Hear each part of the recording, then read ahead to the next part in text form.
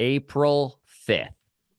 That is the last time the Toronto Blue Jays have scored more than 6 runs. And last night, old man Turner had enough. He said, if I have to drag 6 runs across the home plate by myself, it's happening. Jays win 6-5 over the Royals. And buddy, finally, some runs happened on Danny Jansen giveaway night. And buddy, the glasses were working, man. Davis Schneider with some hits. Danny Jansen with some hits. Love to see it. Screw bloodlines. Give me goggles, right?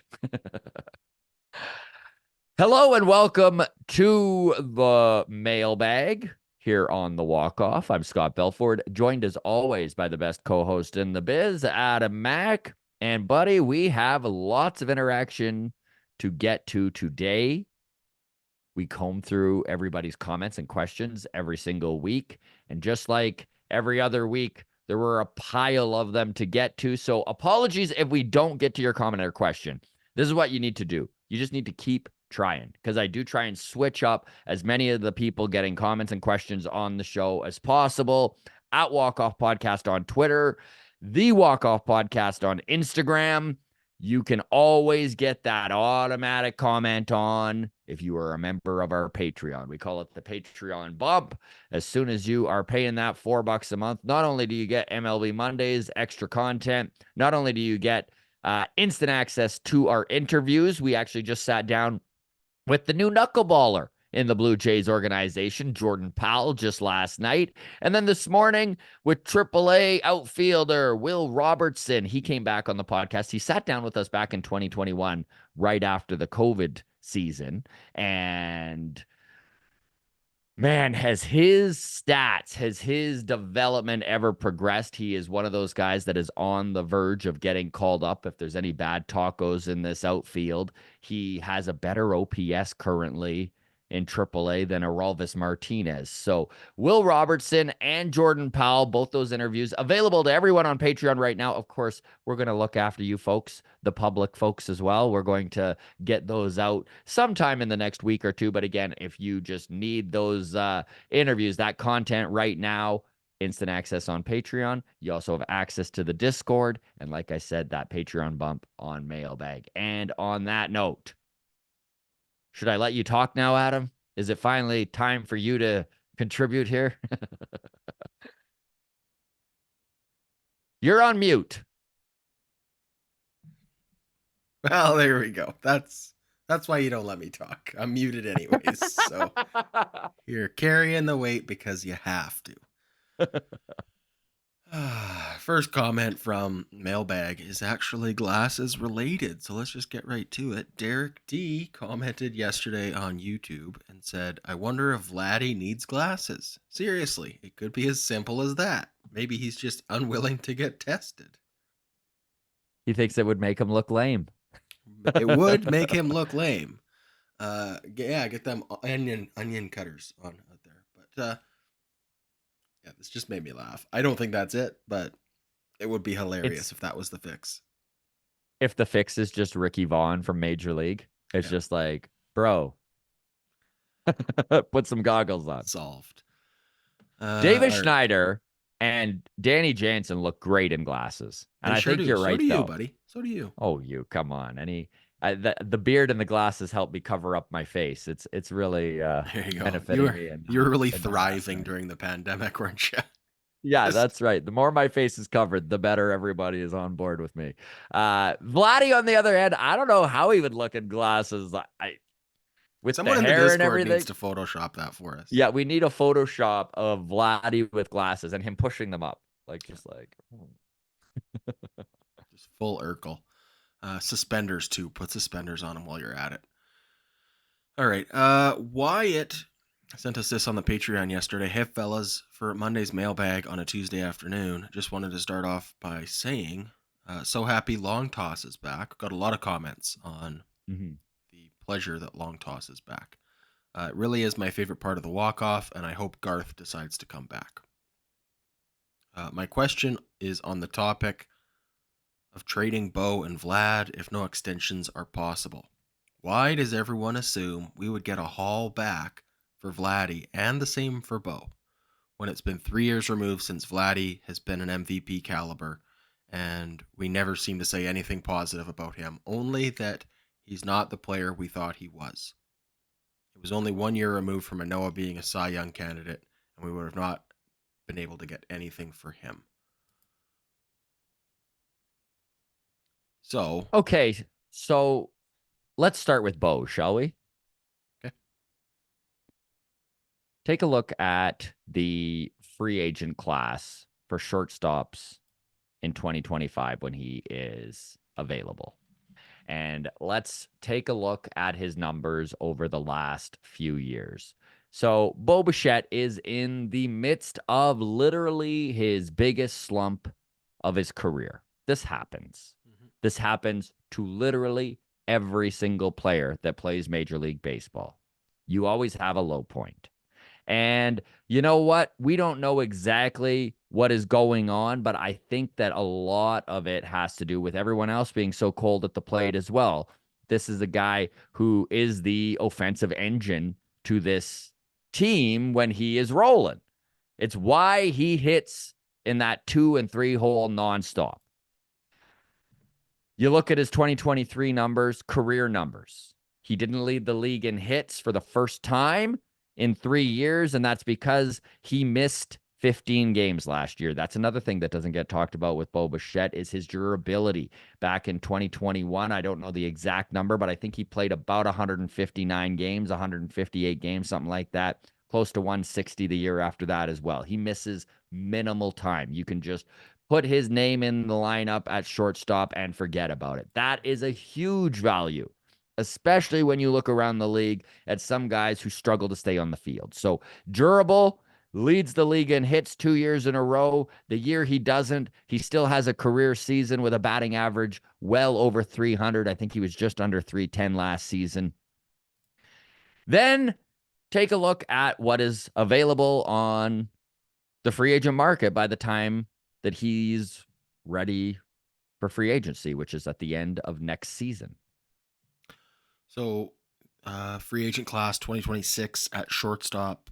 Bo Bichette, 28 years old at that point. Tommy Edman at 31. Trevor Story at 33. IKF at 31. Ha-Sung Kim at 31. Kyle Farmer, 36. Miguel Rojas, 38. Orlando Arcia, 32. So it's a pretty shallow and older options. Pool of free agents. And I mean, there is an argument there that maybe Ha-Sung Kim is in the same vicinity as Bo Bichette, but I think it's pretty safe to argue Bo is probably the most sought after free agent in that shortstop class. In fact, I would even argue that it's possible he is far above everybody else in that class. And on top of that, his age stands out. 28 years old.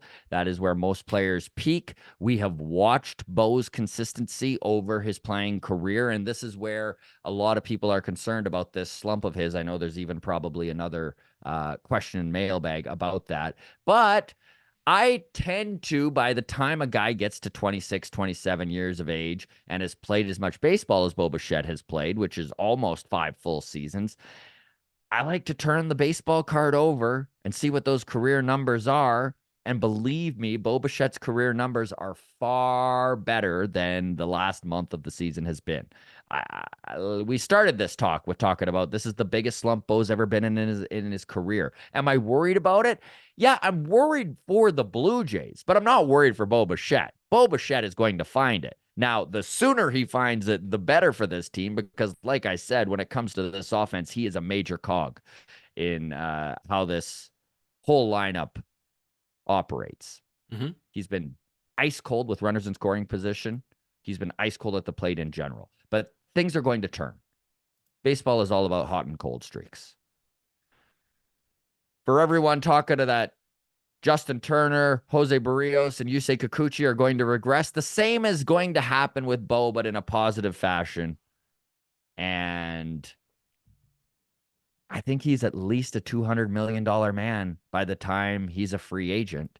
I wouldn't even be shocked if he puts up big numbers this year and next year if he lands a 10-year 300 million, or at least a Xander Bogaerts. Like, would you rather have Xander Bogaerts or Bo Bichette? Xander Bogaerts was paid 10 years, $289 million at 31 years old. Bo is 3 years younger and arguably a better defensive shortstop, which is a crazy thing to say, but Bo has been more or less an average shortstop over the last year and a month. I know he's had a couple bonehead plays this year, but in his defense, there's been quite a few players on this team who have had a few bonehead moves in this first month of the season. I guess what I'm getting at is when you add all that up, Bo Bichette is going to get a haul. If you trade him in the offseason, number one year Bo Bichette is going to improve any contending team in a huge way. Number two, Bo Bichette very well just may not want to sign in Toronto. So if that's the case, and maybe there's another team who can convince him that, like Ha-Seong Kim is going to be a free agent at the same time as Bo Bichette. Imagine San Diego decides, you know what? Maybe we want Bo here instead. Ha-Seong Kim plays all over the infield, so you can go get Bo for 1 year and then make your decision after that. Go from there. There's lots of teams, is what I'm saying, that would want Bo Bichette and would give up major prospects to get him. Now let's get to the more complicated subject of Vladimir Guerrero Jr. And Wyatt, I think, is hitting the nail on the head a little bit here with, can we get a haul for him? I don't think a haul is possible, but there's no way there isn't a team prepared to give up some fairly major pieces to have a shot at Vladimir Guerrero Jr. being in their lineup and seeing some of those highlights from 2021, even 2022. Anything to add here, Adam? It's just all like, for me, what it comes down to, because I'm a fan of Bo and Vlad, and B, and now fully advocating that we need to trade them. That's a tough spot to be in. But what it all comes down to is a haul is relative, right? Like, Yes. relative to a compensatory draft pick when they leave in free agency. That's Yes. all I'm saying, right? Is that, like, November 1st, we make our best offer. We go, here's the money we're willing to pay you. Do you want it? Sure, sign on the dot. If not, we're trading you tomorrow. Or the trade talks begin and you're gone by the end of the week. Start listing your home. I'm not a fucking baseball insider. I'm barely a podcaster, it feels like some days. I don't know what the fucking market value is on Vladimir Guerrero Jr., like what the appetite is from 29 other teams. Does he have value? Yeah, absolutely he does. Whether that's 3 top 10 prospects or 5 top 20 prospects or 2 and a guy who's playing in the major league level already. I don't know. Whatever it is, it's more than a second round draft pick we're going to get in 2026. So that's all I'm saying when I say, let's go out and get our haul right now. Sure, maybe it's not Juan Soto return levels of whatever. That's fine. I don't care. Let's restock the cupboards. We can all agree we're going to get more via trade than a compensatory draft pick. And I think that's the responsible thing for this front office to do if they're not going to sign. Yeah. And Adam, would you agree with my assessment that Bo is going to get a haul? I think so. I think it's, yeah. He's at a premium position is the thing. Yeah. Too, right? Like being at a short, like there's teams need shortstops. There's not a lot especially with how much he has improved offensively at the position. Yeah. Again, he grades out at right around average, but he was such a liability even 18 months ago, right? So, and there's also like the hubris of major league executives to think they know They the can recipe fix to fix a anybody. guy, Yeah. right? Oh, I've seen what Cody Bellinger can do. Oh, I've seen what Christian Yelich can do. I just need to get in his ear and take this, and shine it back up. And now we've got like raw talent at that level. Mm-hmm. Even Alec Manoah, right? Like, Yeah. what if you've ever achieved the heights that a player like that has achieved? There's value there, right? Like, there's risk for sure, Mm-hmm. but there's value. And I mean, look at Matt Harvey. Matt Harvey is a prime example. How many teams took a flyer on Matt Harvey before they finally gave up on him? Like, literally, teams were trying Matt Harvey out 5 years after his peak. mhm. So, are teams going to give a haul for Vladimir Guerrero Jr.? Maybe not in the sense that everyone is viewing it, which is like a Juan Soto type haul. But are they going to get some good baseball players and some valuable prospects back? Absolutely, they would. Now, I I also I hope, honestly, I'll be honest. I'm a huge Bo and Vlad guy. I would love to see them just find it. I mean, but I'm not worried about Bo. I would love to see Vlad find it again and at least be that 30 home run, 100 RBI, sure. 300 to, 290 Yep. to 300 batting average dude. And if that's the case, frick, sign him for what he's worth. Don't sign him for more than he's worth, but sign him for what he's worth. I'm fine with that. I went on the athletic.com and found an article revisiting the 11 biggest off-season trades of the past 10 years. Mm-hmm. So this is like Chris Sale, Stanton, Garrett Cole, Real Muto, Mookie Betts, Blake Snell, Lindor, Arenado, all these trades. And then in hindsight, they evaluate, who won the trade. And more often than not, the team that gets the superstar won the trade. Yeah. Right? Like, it's not often that you say goodbye to Mookie Betts and then you're so thrilled with the prospects that came back that you're like, oh, yeah. More often than not, you get fleeced. This is my only, like, uncomfortableness with this whole thing is, like, we're going to You got to get probably lucky. see them That's what flourish prospects are. wherever they go to, and we have to be okay Mhm. with that. But, like, again, then you just remember, oh, yeah, well, they were probably, like, we're operating under the understanding that they were going to leave anyway, right? So, like, whether we trade Bo Bichette to the Dodgers or whether we keep him for the next year and a half and then he goes and signs with the Dodgers, either way, he's going to flourish with the Dodgers, and that's going to be a pill to swallow. Yeah. So, yeah, I don't know. I don't know where any of this makes me feel any better other than to say, yeah, it's better than losing them in free agency.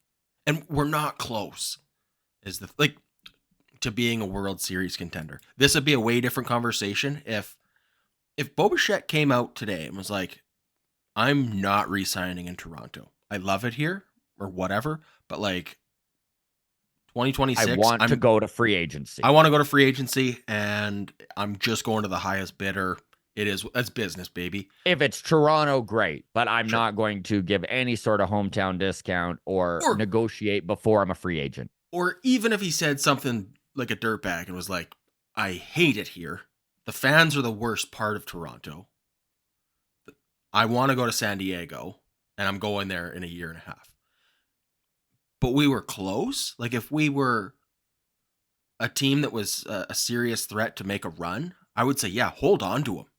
Mm-hmm. Like, he still has to play here for the next 2 seasons. While he's here, we have 2 realistic shots at a World Series. Like, we're knocking at the door and we're close. But that's not the case. Yeah, you need a lot to go right to pull off an Arizona Diamondbacks. Right. Get a ticket to the dance and anything can happen, right? We say that all the time. But that's not the same situation of, okay, well, let's hold on to our guys while we've got control and make the most of these next 2 years. It's just like, ugh, it's pretty risky. So, yeah. That's where I'm at. I don't like it, but I am a Bo fan. I am a Vlad fan, but more than that, I'm a Jays fan, and that's the tough spot to be. So there you go. Janine on Twitter reached out and said, "Hey guys, absolutely loved Long Toss on Sunday. So glad we're all doing this show again. It's my favorite. I know you all talked the catching position and what losing Marino could mean. Is there some toxic positivity you could put on our current catching duel?" So first off, Janine, we loved having Long Toss back as well. It was fun. It actually felt really nice after I felt pent up. And after that 2-hour show, I felt like there was a lot of stuff that had come off my chest. And I was feeling a little bit better about the team and even just the idea of where this team could be in a few years. So, yeah, it was nice to be back. As for the catching position, yeah, you start to look into it. And of course, there's some positive stuff with the catching duel that we have going on. Let's start with Alejandro Kirk. Okay, Kirky, Silver Slugger in 2022. Was that his peak? I think it was. I'd love to eat those words, but I do think the 2022 was Alejandro Kirk's peak, but it doesn't mean that he doesn't still have some big time value there. So this is the first 6 games of the season. These are Alejandro Kirk's number. Batting average of 95, on base percent of 130, slug of 95, 0 extra base hits, a 4.3 walk percentage, 22% strikeout rate, and a WRC plus of -33 in 23 plate appearances. Small sample size, but it was ugly. Since April 5th, he has hit .262 with an on-base percentage of .373, a slug of .357. He's got a dinger. He's got 2 extra base hits, a walk percentage of 16%, strikeout of just under 10, a WRC plus of 120 in 51 plate appearances. So Kirky is coming out of the slump he started the season in. You're starting to see some life out of the bat that he has, and that's a big deal in Major League Baseball. If you can get production out of your catcher, you're ahead of the game, because it's a position where the most part, if you're just happy with the defense, and that is one thing that Alejandro Kirk does very well. He's great at framing, and he's even better at blocking. We will get into some blocking stats here in a minute. This was pulled from a thread Chris Black did at Down to Black on Twitter. Definitely check out Chris Black if you are a fan of stats and the Blue Jays, because this guy's threads are incredible. So I did rob a couple of his stats here. This is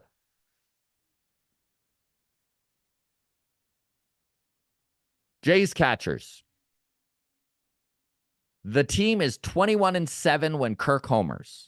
They're 44-17 when Jansen homers. They're 82-42 when Kirk reaches twice, and they're 74-44 when Jansen reaches twice. So the team does very well while these guys are hot. Jansen came back from injury. He has been looking really good. He's been looking so good that when you look at a list of the weighted runs created plus leaders over the last 14 days, Dalton Varsho leads the way at 203. Danny Jansen second, 185, and then it jumps down to Ernie Clement at 134, Kevin Kiermaier 128, and Davis Schneider 124. So Danny Jansen pushing a 200 weighted runs created plus in the short time that he's been back. He's hit a couple dingers. He's hit some doubles. We're seeing that extra base power and the opposite pull power that Jansen has. That is all great news, all right? When you look at the blocking stats, and this is what really was kind of eye-popping to me, and again, this is all from Chris Black's Down to Black, okay? So the Blue Jays, and this is block opportunities. So in 29,500 block opportunities, the Blue Jays, 85 blocks above average. The next closest team within the same vicinity of block opportunities is the Pirates with 54. Giant gap. So defensively, this duel is fantastic. Basically, what we're just hoping is that Alejandro Kirk continues to hit like he has since April 5th, that Danny Jansen can stay healthy and continue to contribute when it comes to doubles and powers from the pull side. That's all good stuff. And this duo is above average around the league if they can get out of the slump that they started the season in, which it seems like they have done. So if Kirky can continue to hit around that 260, a little bit of extra base power, not hitting it into so many double plays. That's the one thing that drives me crazy about Alejandro Kirk is sometimes, when the chips are down, he doesn't have much running speed. So you're like, oh no, runners on first and second and Kirk at the plate. But they're above average catching duo. And there's your toxic positivity.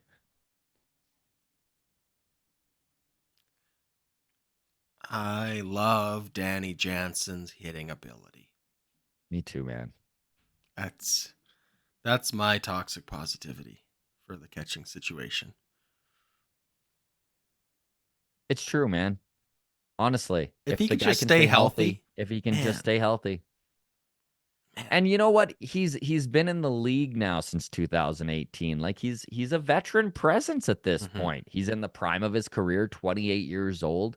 He's starting to finally wear the armor on his hand after breaking his hand. What was it? Half a dozen times, Yeah, something Like stupid. he was like 6 strikes and finally I've learned my lesson.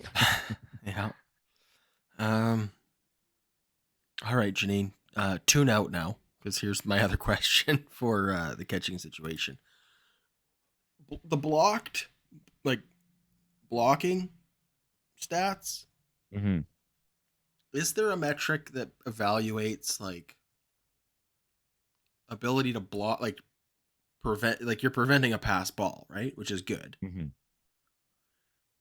But how does that measure out against Alejandro Kirk's terrible like pop time and ability to throw a guy out? Like if a guy can just take second, whether there's a pass ball or not, did it really matter? Like that's again. I'm just It like is. No, the you're right. the It the love for Kirk defensively. I mean, we talked it so much on Long Toss about how man he can really frame those low pitches. But again, like next year, that's not going to matter. Or 2 year, whenever the automated strike zone comes in, that skill irrelevant, and it's coming quick. And then blocking pass balls when guys are just running anyways, it's like, well, who cares? That's kind of where I'm at. Like, is that too negative? Is that unfair? No, I think that's a fair criticism. And I'm when you not a do look Kirk at guy anymore. I think I'm all the way out on Kirk. I'm going to take some flack when for that. I love Danny Jansen. I wish he was healthy, and I wish he was behind the plate 130 to 140 times a year. I'm out on Kirk. I'm sorry. when you look at what the league has done to encourage stolen bases and the new rules that they have put in place with the bigger bases, it has been pretty apparent that both Jano and Kirk have some work to do on preventing these runners. Is this something within their skill set to pull off? Can they improve and make it less appealing for teams to constantly test the arm? I mean, hopefully. Lord knows Gabriel Moreno has a rocket, which is something everyone keeps bringing up. I don't know. It is definitely detrimental to the team how free and easy everyone on first base seems to be to try and take second base. It has been something that's been happening a lot. I really don't have any positive spin to put on that other than obviously they are aware of this. I guarantee this is something they're working on. Fingers crossed we see progress in that area. Yeah. All right. Well, there you go. Um, Next one is a comment on our Friday show on Patreon. Nope. This is MLB Mondays. This is yesterday's show. Deb commented.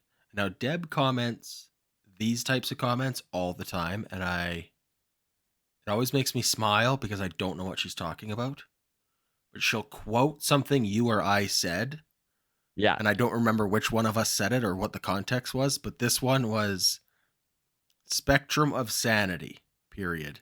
Genius, with 2 exclamation points. You guys never disappoint. Clap emoji. I don't know if you said it or if I said it or what we were talking about, but spectrum of I sanity. That's a good one. I I think I said it when we were describing the variance of opinions on long toss, and I was like, it's nice to have all these different opinions within the spectrum of sanity, right? Like, There you go. All right, I like it. That one, I got to remember that one because that one's up there with toxic positivity, in my opinion. and I like hearing that. We never disappoint. Someone tell our wives, please. Yes, please. Terry Grover on Twitter says, "Hey gents, I wasn't worried about Bichette at first, but I'm starting to be really concerned. Do you think this is the real Bo?" I don't. I think No, me neither. we've seen way too big of a sample size on Bo To think Bichette. that this is Bo Bichette, yeah. I know exactly what he is. He's 20 errors and a 300 batting average. That's Bo Bichette. Yeah.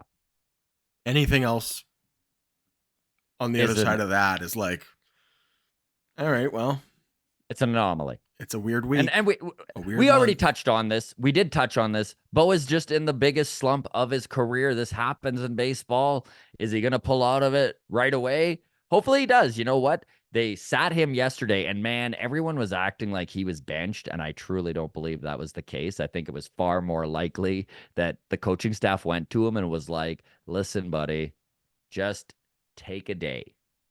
I know he didn't even do batting practice. This is semantics, though, to say that that's not a benching.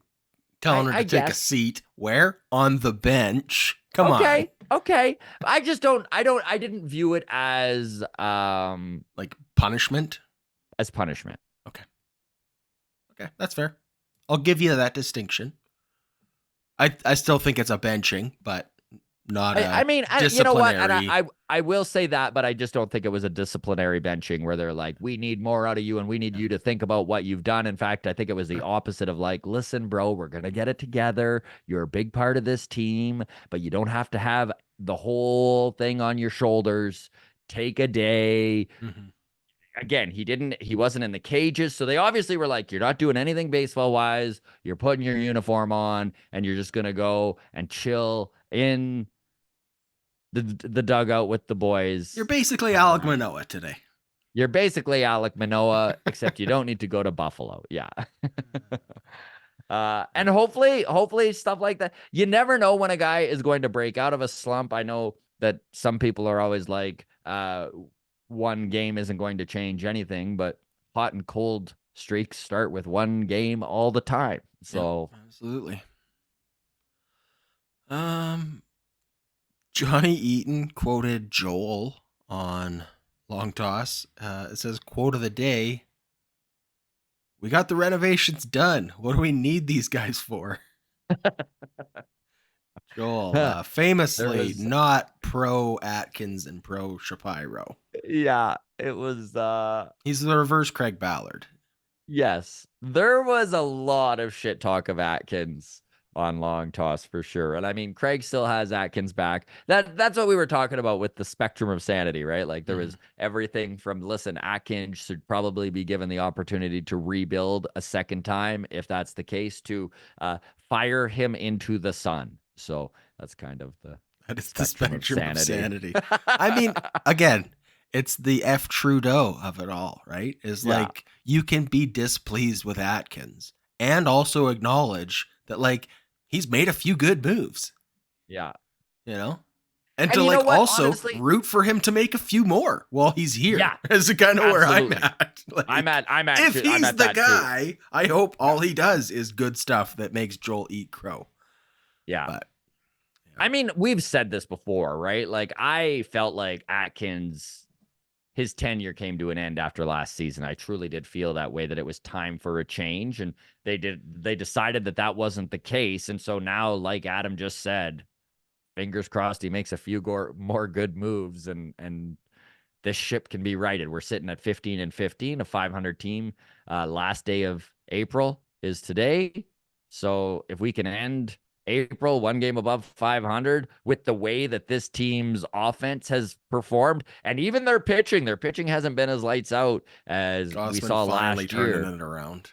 Yeah. So Gausman definitely finally turning it around. So that's good to see. So I don't know. I mean, what do you say? We're stuck with Atkins until we're not. So talking Tallboy Speaks messaged us on YouTube and said, "How does it look to the other guys on the Bisons when Alec just leaves? When some guys get to the show, how will they feel about Manoah just leaving them?" I don't know how to answer that. And that was a subject that we kind of touched on Long Toss, where we were questioning that. What is it? What are the guys on the Toronto bench thinking as he's coming up and down? And I know that they're, like we don't know anything. That's the big thing with this situation. So it's all speculative. And obviously, Pete Walker is working with Manoah in side sessions and stuff like that and trying to get him right. So obviously, him coming back to Toronto is good for that. What do the guys in Buffalo think as he has continued to be treated like a member of this Toronto Blue Jays team? When, I mean, you look at the lineup and you're like, is he? How? Where? Why? Yeah. But again, Adam touched on this earlier in the episode. Once you show that you can be an elite talent at this level, even if you fall off a cliff afterwards, I mean, 162 games is no small sample size. Being runner up to winning the Cy Young is it's no small feat. Mm-hmm. And we keep saying this too, Adam. Prove it, Alec. Go to Buffalo and prove it. Force the hand. I would love nothing better, and I think most Blue Jays fans feel the same way, than a redemption story from Alec Manoah. But it just feels like we're a long ways away from that right now. He still has to get to the point where his control is under control. Yep. The people are listening to us for the vocabulary we're using, for sure. Yeah, But no, like me. he's. Go ahead. I was just gonna say that reminds me of the Michael Scott quote when he goes, "Oh, how the turntables have turned." Yeah, exactly. But no, he does need to show that he can hit his spot with his pitches more frequently. He had a pretty good outing in Buffalo 2 outings ago, going a little over 5 innings, not walking anybody, giving up a few hits. And then last time out, it did not look pretty. He only got through about 2. He walked 5, gave up 6 hits. It was not pretty. So I would love to see some consistency out of Alec Manoah before he's just given a rotation spot back, especially with the way Yariel Rodriguez has looked with another decent outing last night. And even though his numbers last night weren't great, he was dealt some shitty hands. A couple of balls dropped in where they shouldn't have, a couple of errors happened, a couple of runs scored that probably weren't really on him. But the team scored 6, so who cares? Team scored 6, so who cares? There you go. Put that on a t-shirt. All right. We'll end with this. Some talk about the Discord. Mish on Patreon commented, "The Discord is a fucking hoot. I can't believe I didn't jump on it until after the season last year." And always lots of fun going on in the Discord. Yeah. Ian went to the game yesterday with his son, and this is what he posted in the Discord after. He said, "I know many members of the Discord don't live close enough to make it to many games and miss out on most of the great giveaways. Last night's was awesome. I have one Jansen jersey and pair of glasses I'm willing to send to one lucky Discord member completely free, in brackets, just as it came to me. Leave a thumbs up on this post and I'll draw one of the names later tonight." So, very cool. So if you're after Very that generous. Danny Jansen package, join Discord. Yeah, very cool. Especially if you're already a part of Patreon. It's funny, Mish brought that up, and she's been a member of the Patreon for some time now. And there's been lots of Patreon members that just haven't jumped into the Discord. If that is something you would like to do, hit us up. We'll send you the link, and away you go. Should be a good time for you. And if you're on the fence as to whether you'd like to join the Patreon, let me tell you, there are people in our Discord that literally are paying the $4 a month just to be a member of that community. It's happening constantly, and it's not Twitter, folks. There is the utmost respect being showed in Discord. It warms my heart. When it was public, Yeah, There was it a got a little bit little of wild. some darkness in there, but we've weeded out the riffraff, and it's Yeah. just good folks left. So there you go. That's it. That's mailbag. Short one today, but Thank you to everyone who commented, put a question in, follows along. We really appreciate you, the grounds crew. A few things to look forward to. Jordan Powell and Will Robertson interviews are in the books. We had a little bit of technical difficulties with Will, so it's a shorter interview, around 25 minutes, but he did guarantee that next month he'll come back and we'll do a full-on rundown of where he's at. Who knows? He's on the verge of a call-up. Fingers crossed there are no bad tacos, but if there are in the outfield, he's probably the next guy up. So Will Robertson, keep an eye out for him. And then finally, we're super excited to have May 6th joining us, the leader in consecutive saves in Major League Baseball history. One of only 2 Canadians to ever win a Cy Young award, and the last reliever to win a Cy Young, and maybe the last ever for that matter. Eric Gagne is going to be joining us, and we're very excited to have very that. cool. Feel free to shoot us any questions you may have for Eric. We'd love to have a bunch of listener questions ready for him to go. He's sitting down with us for a full hour, so we should be able to fit in at least half a dozen of your questions. So again, hit us up at If Walk he Off doesn't have a Podcast. goatee, I'm gonna be so pissed. I think he's clean shaven now. Oh my god! Get ready He's to got get 6 mad. days to grow it out. Eric, Get ready to get angry. Right. Okay, a Walk Off Podcast on Twitter to reach out, the Walk Off Podcast on Instagram, or if you're already a member of the Patreon, obviously shoot us a message and we will make sure that we get your questions to Mr. Gagne.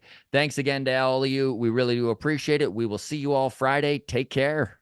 Cheers.